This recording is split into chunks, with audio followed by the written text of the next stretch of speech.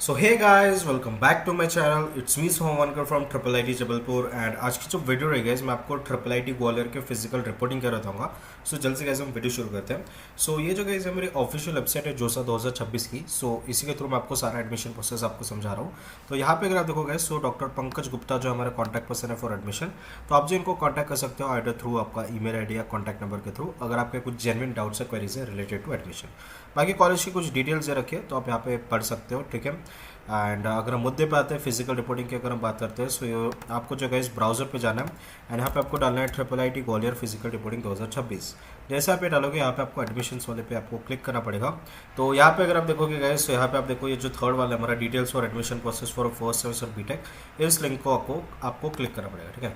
सो जैसे आप क्लिक करोगे यहाँ पे आपको सारी डिटेल्स दे रखी है फॉर यूजी एडमिशन जो हमारे बीटेक है या फिर इंटीग्रेटेड बीटेक प्लस एमटेक या फिर इंटीग्रेटेड बीटेक प्लस एमबी का, ठीक है। एंड एक चीज़ ध्यान रखिए, ये जो है हमारा जोसा से भी से के थ्रू जिनको भी हमारी सीट अलॉट है उनके लिए आपका है, ठीक है।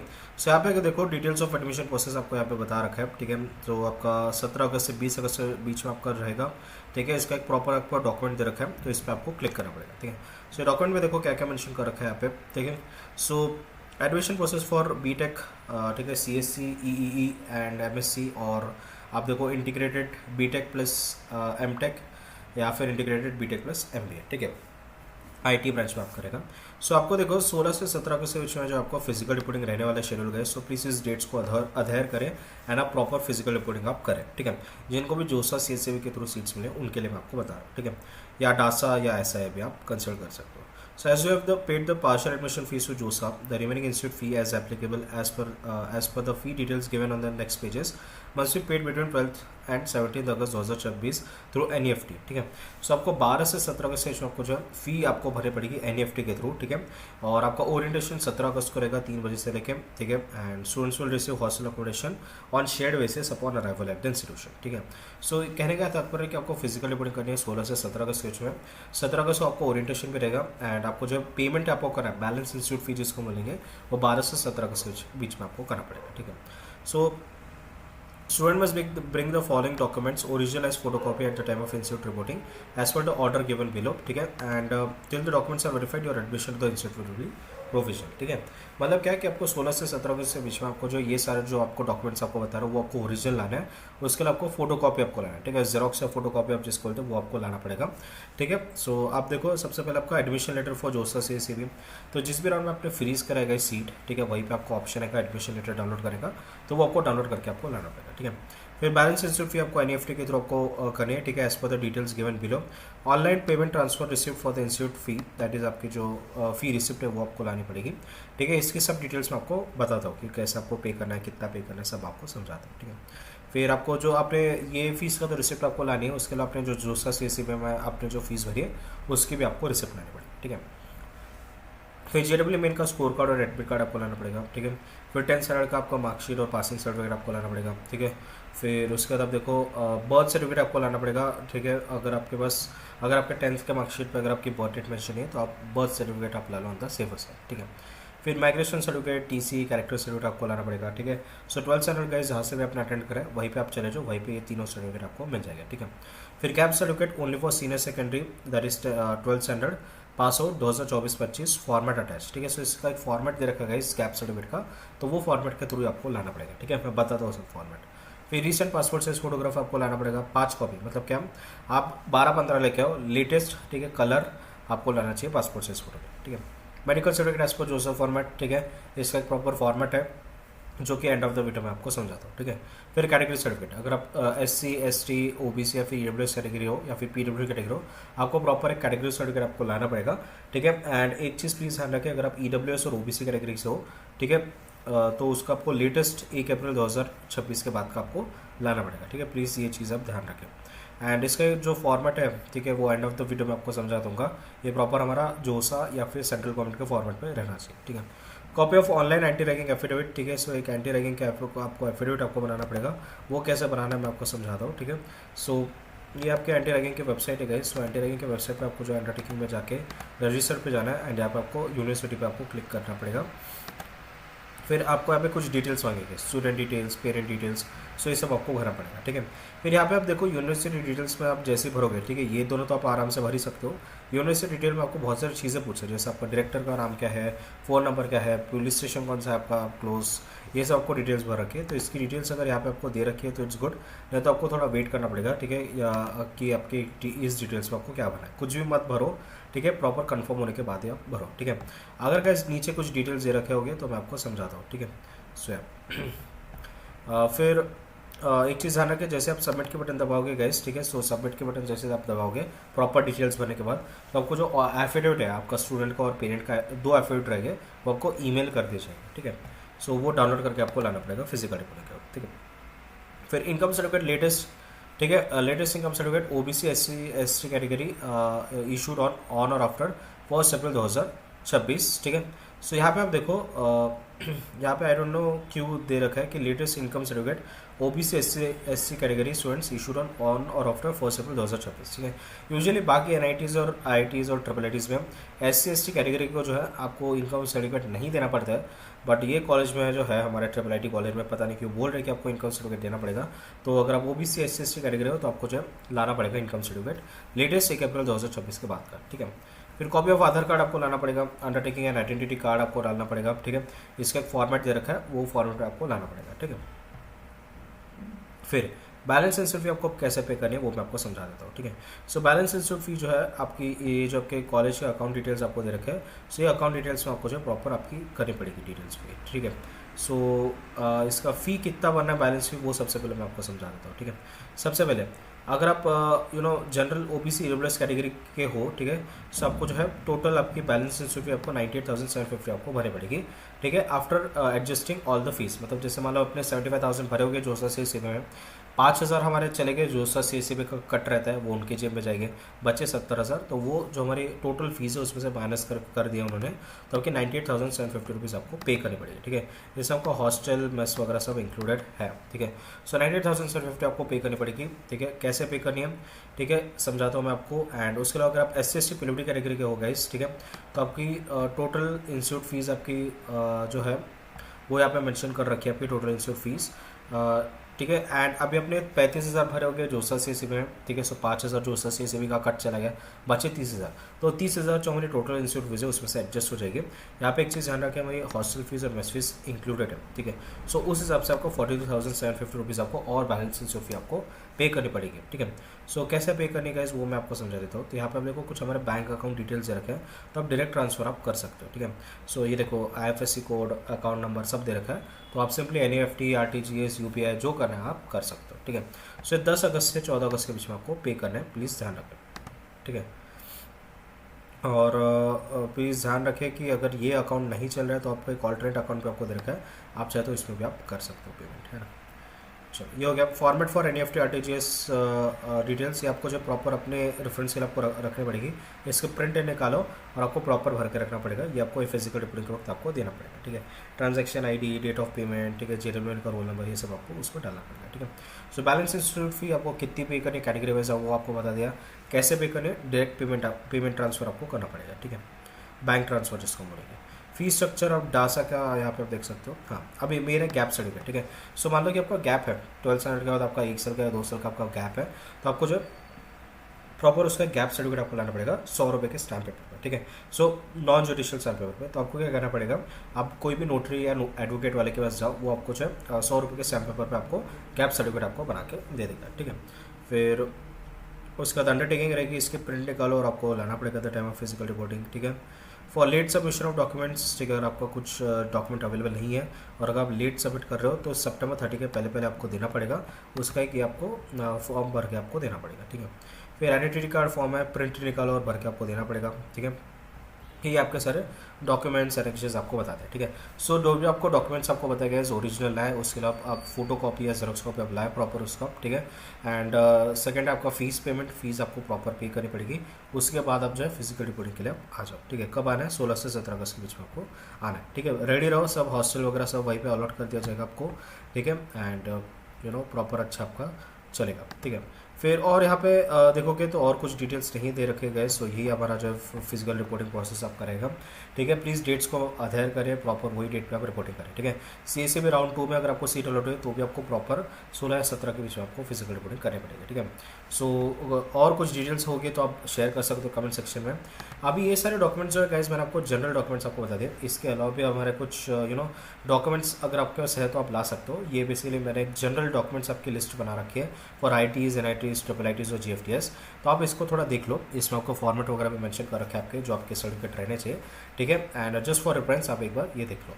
सो गाइज अभी मैं आपको जनरल डॉक्यूमेंट्स बता रहा हूँ जो कि आपके कॉमन रहेंगे IITs, NITs, IIITs और GFTI के एडमिशन के लिए, चाहे आप जोसे या CSAP कहीं से अगर आप एडमिशन ले रहे हो तो, ठीक है। सो यहाँ पे अगर आप देखो गाइज, यहाँ पे मैंने आपको डॉक्यूमेंट टाइप और टाइटल आपका मेंशन कर रखा है। सो सबसे पहले जो इंपॉर्टेंट डॉक्यूमेंट आपको लानी है आपकी ओरिजिनल प्रोविजन एडमिशन लेटर या अलॉटमेंट लेटर या ऑफर लेटर, ठीक है। सो ये जो है ये आपको कहाँ से मिलेगा, जैसे आपको सीट अलॉट होगी जोसे या CSAP में, वही भी आपको ऑप्शन आएगा डाउनलोड का। तो आपको ये जो है एडमिशन लेटर, अलॉटमेंट लेटर या ऑफर लेटर जो कुछ है वो आपको लाना पड़ेगा, ठीक है। ओरिजिनल आप इसकी कलर प्रिंट आउट निकालो और उसकी जेरोक्स कॉपी भी आप साथ में रखो, ठीक है। जेरोक्स कॉपी जो भी मैं आपको मेंशन कर रहा हूँ यहाँ पे, आपको 2 या 3 कॉपी आप रखो साथ में, ठीक है। सो यहाँ पे अगर आप देखो नेक्स्ट जो डॉक्यूमेंट आता है आपका JEE मेन का, JEE मेन या JEE एडवांस का आपका score card and admit card, ठीक है। सो आपका जो भी स्कोर कार्ड और एडमिट कार्ड होगा JEE एडवांस या मेन का, वो आपको लाना पड़ेगा ओरिजिनल, कलर प्रिंट आउट निकालो एज वेल एज उसकी जेरोक्स कॉपी भी आप रखो साथ में, ठीक है, 2-3 कॉपी। देन उसका आपका क्लास 10th की मार्कशीट, ठीक है, चाहे आप सेंट्रल बोर्ड CBSE से हो या आप स्टेट गवर्नमेंट बोर्ड से हो, कोई भी बोर्ड से आपको class 10th as well as class 12th की भी आपको मार्कशीट लगेगी, both original as well as xerox copy आप निकालो, ठीक है, 2-3 कॉपी आप रखो साथ में। देन अगर आप लाइक स्कूल या कॉलेज जहाँ से भी अगर आप पास आउट हो गए, ठीक है, वहाँ से आपको transfer certificate, character certificate, migration certificate, ये 3 आपको सर्टिफिकेट आपको ओरिजिनल लाने पड़ेंगे एज वेल एज आप उसकी क्या करो जेरोक्स कॉपी ला लो, 2-3 कॉपी, ठीक है। आधार कार्ड और पासपोर्ट साइज फोटोग्राफ आपको लगेंगे, ठीक है। आधार कार्ड आपको ओरिजिनल भी लाओ एज वेल एज आप उसकी जेरोक्स कॉपी भी लेके आओ as well as passport size photograph, ठीक है। 5-10 आप फोटोग्राफ्स आप रख लो साथ में, ठीक है। कहीं ना कहीं आपके यूज हो ही जाता है एडमिशन प्रोसेस में, आप मिनिमम 10 तो आप लेके आओ पासपोर्ट साइज फोटोग्राफ, ठीक है। कलर लेके आओ, ओरिजिनल लेके आओ, अच्छे लेके आओ, ठीक है। Then receipt of balance fee payment और एनी अदर पेमेंट्स, ठीक है। सो आपने जोसा CSAP में जो भी आपका एडवांस पेमेंट या जो भी अपने पैसे भरोगे ना, उसकी प्रॉपर रिसिप्ट का प्रिंट आउट लेके आओ, ठीक है। एंड बैलेंस फी कैसे होगी, जैसे ही आप, ठीक है, एडमिशन करोगे वहाँ पे आपको बैलेंस फी पे करनी पड़ेगी फर्स्ट सेमेस्टर की, ठीक है। सो वो जो भी आप पेमेंट कर रहे हो उसका भी प्रॉपर आप जो है रिसिप्ट रखो साथ में, वो भी आपको ओरिजिनल और जेरोक्स कॉपी आप लेके आओ, 2-3 कॉपी, ठीक है। देन नेक्स्ट आता है हमारा एंटी रैगिंग और एंटी ड्रग डिक्लेरेशन फॉर्म, ठीक है। ये जो है ये आपको जो है प्रॉपर एक फॉर्मेट में आपको लाना पड़ेगा, ठीक है, और वो भी स्टैम्प पेपर पे 50 रुपए के, ठीक है। सो ये कैसे, इसका जो फॉर्मेट है, एक तो आपको जोसा में अवेलेबल होगा, ठीक है, यूजुअली नहीं होगा उस पर, बट आपके जो कॉलेज का जो फॉर्मेट होगा उस हिसाब से आपको लाना ही पड़ेगा ये एंटी रैगिंग या एंटी ड्रग डिक्लेरेशन फॉर्म, ठीक है। सो ये होता क्या है एंटी रैगिंग एफिडेविट फॉर्म, ये बेसिकली आपको जैसे एक डिक्लेरेशन लेते हैं कि आप रैगिंग या ड्रग नहीं करोगे, ठीक है। सो आपको क्या करना पड़ेगा, आप सिंपली कैसे लाना है आपको, ठीक है, आप क्या करो फॉर्मेट ले लो आपके, ठीक है, कॉलेज के वेबसाइट से, वो फॉर्मेट आप क्या करो, वो फॉर्मेट आप लेके जाओ किसके तरफ, नोटरी वाले के पास, ठीक है, जो एडवोकेट होते हैं, ठीक है, उनके पास लेके जाओ, वो नोटरी वाले होते हैं। वो नोटरी वाले क्या करते हैं, स्टैम्प पेपर पे आपको 50 रुपए के स्टैम्प पेपर पे आपको ये एफिडेविट बना के दे देंगे, ठीक है। ध्यान रखिए स्टूडेंट का भी लाना है और पेरेंट का भी आपको लाना है, ठीक है। अगर आपका कॉलेज बोल रहा है कि सिर्फ स्टूडेंट का चाहिए तो आप सिर्फ स्टूडेंट का लाओ, अगर वो दोनों मांग रहा है तो आपको दोनों लाने पड़ेंगे, एज पर कॉलेज ये वैरी करता है, बट यूजुअली आपके दोनों लाने पड़ते हैं, ठीक है। कुछ कॉलेज मांगते भी नहीं है, अगर आपके डॉक्यूमेंट लिस्ट में मेंशन नहीं है तो ये लाने की जरूरत नहीं है, ठीक है, बट यूजुअली मोस्ट कॉलेज आपके ये प्रेफर करते हैं मांगने के लिए, ठीक है। फिर anti drug declaration form, usually भी एक ऑनलाइन वेबसाइट होती है एंटी ड्रग डिक्लेरेशन की, वो भी आपको फर्दर वीडियो में बताऊंगा, या फिर अगर इसका कुछ फॉर्मेट है स्पेसिफिक आपका जोसा या फिर आपके कॉलेज के वेबसाइट पे, आपको वो लाना पड़ेगा, ठीक है। देन उसके अलावा गाइस नेक्स्ट जो आपका मेडिकल सर्टिफिकेट, ठीक है, ध्यान रखिए मेडिकल सर्टिफिकेट आपको लाना पड़ेगा एज पर जोसा फॉर्मेट ओनली, ठीक है। इसका फॉर्मेट मैं आपको बताता हूँ। सो ये प्रॉपर आपका जो है मेडिकल प्रैक्टिशनर या आप बोल सकते हो डॉक्टर से आपको प्रॉपर इशू करवा के लाना पड़ेगा, ठीक है। लेकिन अगर आप जोसा या CSAP से आ रहे हो तो आपको यही फॉर्मेट पे आपको लाना पड़ेगा, ठीक है। सो ये देखो ये फॉर्मेट है हमारा मेडिकल सर्टिफिकेट का। सो यहाँ पे आप देखो ये मेडिकल सर्टिफिकेट का फॉर्मेट है, प्रॉपर इसकी कलर प्रिंट निकालो, ठीक है, और आपके डॉक्टर से इसको साइन करा के ला लो, ठीक है। प्रॉपर यहाँ पे आपके डिटेल्स होने चाहिए, हाइट, वेट, कुछ बीमारी वगैरह क्या वो सब यहाँ पे आप मेंशन करो, ठीक है। एंड जो ऑनेस्ट है वही आप लिखो, ठीक है। सो इसकी ओरिजिनल और जेरोक्स कॉपी भी आप ला लेना। देन नेक्स्ट जो आता है गाइस हमारा कैटेगरी सर्टिफिकेट आता है, ठीक है। कैटेगरी सर्टिफिकेट बहुत इंपॉर्टेंट चीज़ है। अगर आप ओबीसी, एससी, एसटी या ईडब्ल्यूएस कैटेगरी से हो, प्रॉपर आपका कैटेगरी सर्टिफिकेट होना चाहिए in the central government format which should align with जोसा सीएसएबी फॉर्मेट, ठीक है। अभी और एक चीज़ ध्यान रखो, अगर आप ओबीसी डब्ल्यूएस कैटेगरी के हो तो आपका इशू जो सर्टिफिकेट है, आपका जो कैटेगरी सर्टिफिकेट है वो 1 अप्रैल 2025 के बाद का होना चाहिए, ठीक है, ऑन और आफ्टर 1 अप्रैल 2025, ठीक है। सो इसमें अगर आप देखो, अगर आप स्टेट गवर्नमेंट का अगर आप फॉर्मेट लाते हो कैटेगरी सर्टिफिकेट तो यूजुअली एक्सेप्टेबल नहीं होता है, आपको सेंट्रल गवर्नमेंट का फॉर्मेट ही लाना पड़ेगा। एंड ध्यान रखिएगा गाइस, अगर आपके पास है ये स्टेट गवर्नमेंट का कैटेगरी सर्टिफिकेट वो भी आप साथ में रख लो, ठीक है, बट यूजुअली आपका जोसा सेंट्रल गवर्नमेंट फॉर्मेट में होना चाहिए, ठीक है। एंड इसके फॉर्मेट में अभी आपको बता रहा हूँ। सो सबसे पहले अगर आप जनरल ईडब्ल्यूएस कैटेगरी के हो तो आपको क्या करना पड़ेगा, ये एक फॉर्मेट दे रखा है प्रॉपर जोसा ने, ये फॉर्मेट में ही आपका सर्टिफिकेट होना चाहिए, ठीक है, प्लीज़ ध्यान रखें। देन अगर आप SC ST कैटेगरी के हो तो आपका ये फॉर्मेट है, ठीक है, ये SC ST कैटेगरी का फॉर्मेट है, इसी फॉर्मेट में आपका कैटेगरी सर्टिफिकेट रहना चाहिए, ठीक है। देन अगर आप OBC NCL कैटेगरी के हो सो ये आपका जो है कैटेगरी सर्टिफिकेट रहेगा, इसी फॉर्मेट में आपका रहना चाहिए। एंड नेक्स्ट है गाइस हमारा अंडरटेकिंग फॉर OBC कैटेगरी, ठीक है। सो अगर आप OBC कैंडिडेट हो, OBC कैटेगरी से बिलोंग करते हो तो आपको एक डिक्लेरेशन आपको लानी पड़ेगी, आप इसकी प्रिंट आउट करके आप क्या करो, साइन करके आप ला लो, ठीक है। देन प्लीज ध्यान रखिए सेंट्रल गवर्नमेंट फॉर्मेट जोसा के फॉर्मेट से ही होना चाहिए, जो मैंने आपको अभी दिखाया, ठीक है।